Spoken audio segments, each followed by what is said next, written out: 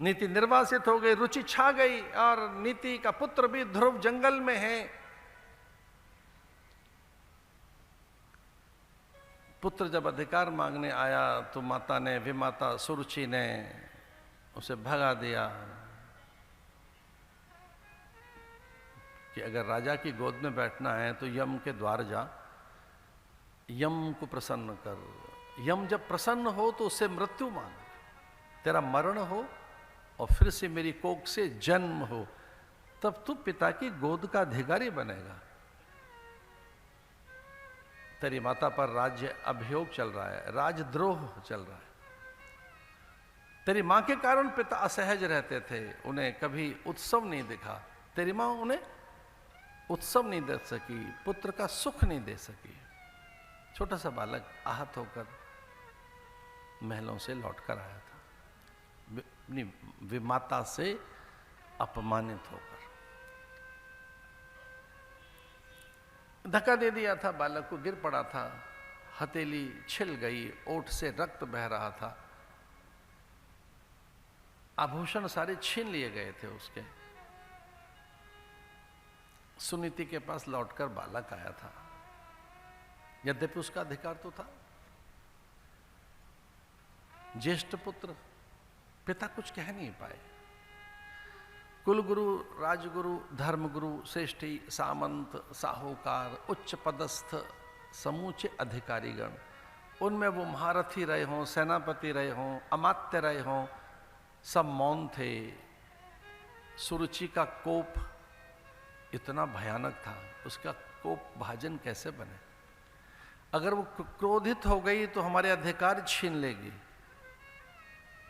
इतना आतंक सुरुचि का। उसकी पूरी आसक्ति का केंद्र उसका पुत्र था, जिसका नाम उत्तम था। बढ़िया से बढ़िया मेरा बेटा रहे, मेरा लाडला रहे, ये रहे, बस यही रहे। जो आंखें नहीं खोल पाते, उन्हें केवल अपनी संतान ही दिखती हैं, अपने आप को ही देख पाते हैं। जो बहुत सेल्फिश होते हैं, सेल्फ सेंट्रिक जो लोग होते हैं, सेल्फ सेंटर्ड जो लोग होते हैं, जो स्वार्थी होते हैं, उन्हें कुछ नहीं दिखता। वो या तो अपने को देख पाते हैं, या ज्यादा से ज्यादा अपनी पत्नी दिख गई, या अपना पति और बच्चे, और बस बस और बस, उन्हें कुछ नहीं दिखता। उनके पास आंखें ही नहीं होती, वो कुछ देख ही नहीं पाते।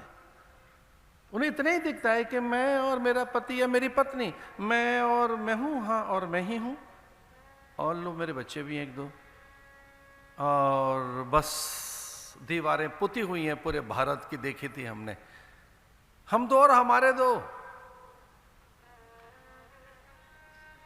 भैया मुझे क्षमा कीजिए, हम दो और हमारे 4, 8, 10 होने चाहिए,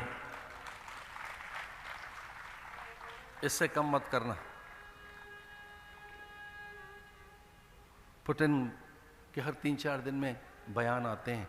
पुतिन कहते हैं, रशियन वहाँ की देश का मालिक रशिया का कहता है, पढ़ो अखबारों में क्या कहता है, आओ युवतियों को, तरुणियों को और वहाँ के युवकों का आह्वान करता है, कहता है 2, 4, 5, 6, 8, 10 बच्चे होने चाहिए।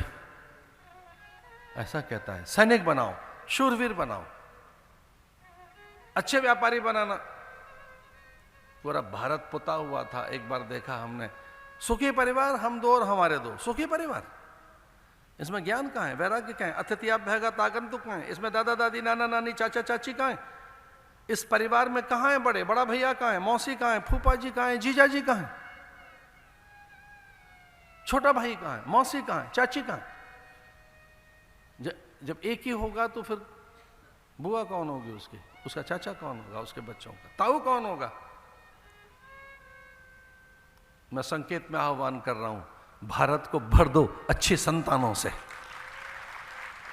काने काने में शूरवीरों से, सतियों से, पराक्रमी पुरुषों से, कोने कोने में राणा प्रताप पैदा कर दो, कोने कोने में भामाशाह पैदा होने चाहिए, कोने कोने में नानक से लेकर दशमेश पिता तक, ऐसे दशम गुरु महावीर स्वामी तक, ऋषभ देव से लेकर महावीर स्वामी तक, ऐसे तीर्थंकर, ऐसे दरियाब जैसे महापुरुष कोने कोने में पैदा होने चाहिए।